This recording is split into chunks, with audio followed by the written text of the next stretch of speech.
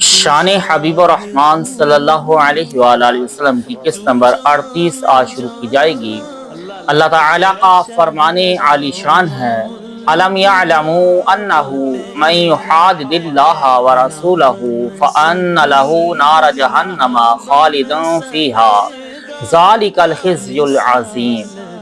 کیا ان کو خبر نہیں کہ جو خلاف کرے اللہ اور رسول کا تو اس کے لیے جہنم کی آگ ہے، ہمیشہ اس میں رہے گا، یہ بڑی رسوائی ہے۔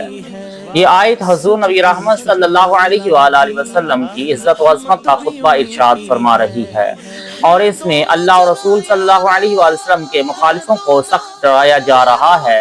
اس آیت سے معلوم ہوا کہ خدائے قدوس اور محبوب رب العالمین کو ناراض کرنے کا ایک ہی حکم ہے، اور وہ ہے کہ کفر۔ رب کو ناراض کیا تو کافر، اور اگر محبوب کی مخالفت کی تو کافر۔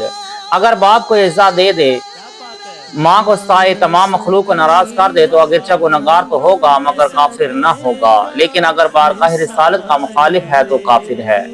شیطان کو حکم سجدہ ملا کہ حضرت آدم علیہ السلام کو سجدہ کرو، لیکن اس نے انکار کیا۔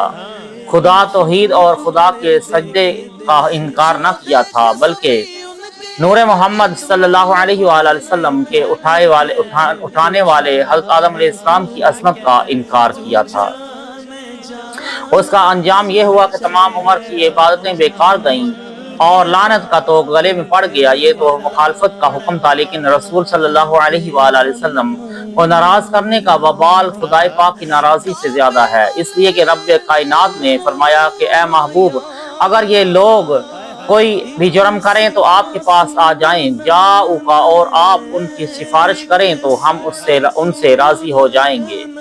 خدائے قدوس کو راضی کرنے کا ذریعہ حضور نبی رحمت صلی اللہ علیہ وآلہ وسلم کی بارگاہ میں حاضری اور ان کی شفاعت ہے۔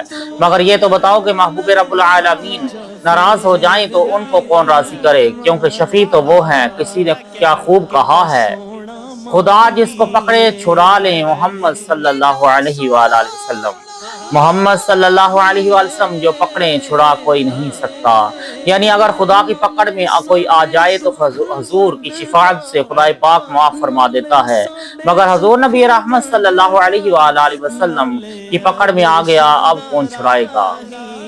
در مختار باب المعتدین میں ہے کہ جو شخص شان الوہیت میں گستاخی کرے وہ کافر ہے اور واجب القتل ہے، مگر توبہ کر لے تو توبہ سے معافی ہو جائے گی۔ لیکن جو شخص بارگاہ رسالت میں گستاخی کرے تو وہ کافر ہے، اور اگر بعد میں توبہ بھی کر لے تو بھی قتل کیا جائے گا، کیونکہ وہ حق اللہ تھا اور یہ حق نبی ہے، اور توبہ سے حق اللہ معاف ہوتا ہے، نہ کہ حق عبد۔ اس سے معلوم ہوا کہ دنیاوی احکام میں حضور صلی اللہ علیہ وآلہ وسلم کی توہین کرنے والے کا سخت عذاب ہے۔ مدارج النبوت میں ہے کہ ایک شخص غالباً عبداللہ ابن ابی سرحہ کاتب وحی تھا، بعد میں مرتد ہو گیا اور حضور نبی رحمت صلی اللہ علیہ وآلہ وسلم پر بہتان باندھا کہ وہ قرآن اپنی طرف سے بناتے ہیں۔ مجھے معلوم ہے کیونکہ میں تو خود قرآن کا لکھنے والا ہی تھا۔ جب وہ مرا اور دفن کیا گیا تو زمین نے بھی اس کی لاش نکال کر باہر ڈال دی۔ بار بار قبر کو گہرا کر کے دفن کیا، مگر زمین نے قبول نہ کیا، ہر بار نکال پھینکا۔ معلوم ہوا کہ بارگاہ نبوت کا نکالا ہوا کہیں بھی امن نہیں پاتا۔ اعوذ باللہ من غضب الحلیم۔ برباد کے غضب سے خدا بچائے، آمین۔